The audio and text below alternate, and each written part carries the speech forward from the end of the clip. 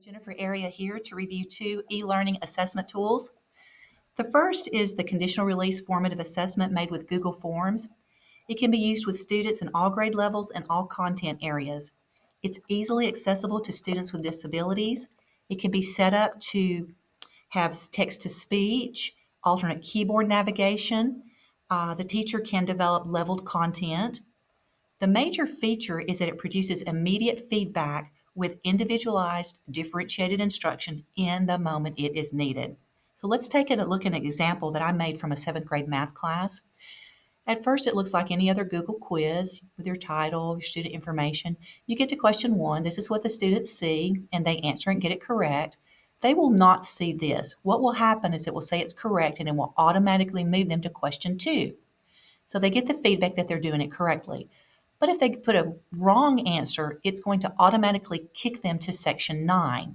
And I've set up section 9 to look like this. Watch this video, then come back and answer this question. And they watch the video that explains how to solve the problem and what the rule is.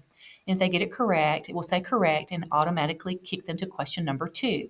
But if they choose wrong again, it will keep them here at section 9 and they'll have to watch the video again until they get the right question or the right answer for the question. So then we find ourselves up at question number 2, and it looks like this. What expressions match this model? And once again, if they get it correct, they'll get the feedback that it's correct, and it automatically sends them on to question number 3. But if they get a wrong one, it's going to automatically kick them to section 14. And I've set up section 14 to look like this. Play this quiz game. Then come back and answer this question. Students will click on this link and they find themselves in the game. They could be alone or they could be with peers who have also missed the problem.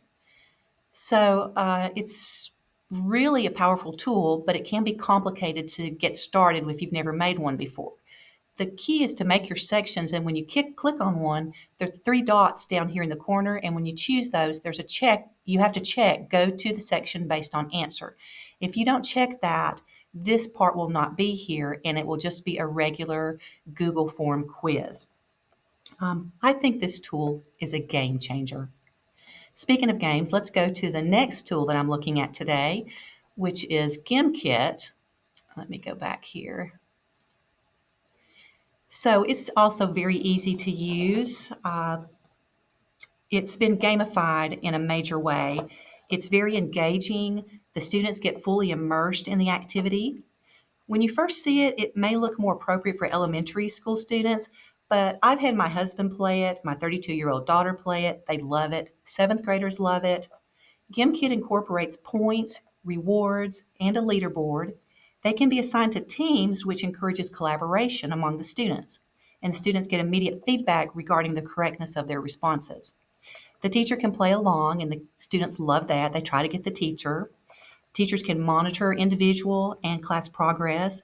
Gimkit generates data reports. It's primarily for drill and repetition. There is some critical thinking involved because they have to make decisions when they're inside the game.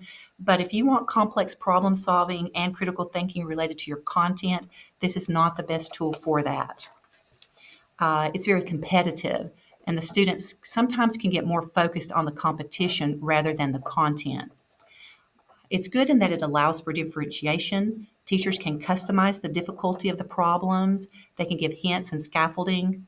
The student screen allows them to choose to have the game read to them if they want. So let's take a look. It's very easy to get to in your browser. Type in gimkit.com. You can create a new kit here, and this is where you go and you just put in a list of questions for your content that you want.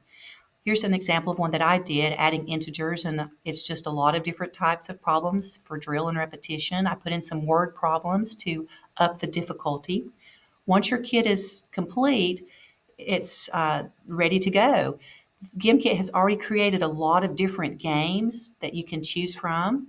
I know that 7th graders like Fishtopia, so I'll choose that. Hit continue. You can choose the duration of the game and any of these other settings, which I'll let you explore on your own time. Hit continue, and the screen comes up. Little creatures with the kids' names on it appear. And I'm going to join as a spectator, start the game, and the kids will have to go to a station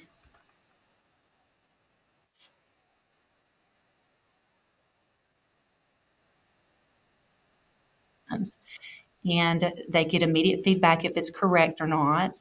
And they know that they'll have to stay here for a while if they want to get enough energy to play the game. And once they do that, then they can move around and they'll meet friends in the game and they have to collaborate and strategize about how often they come back to the questions. So that's basically it. I think it's very simple to set up and to use.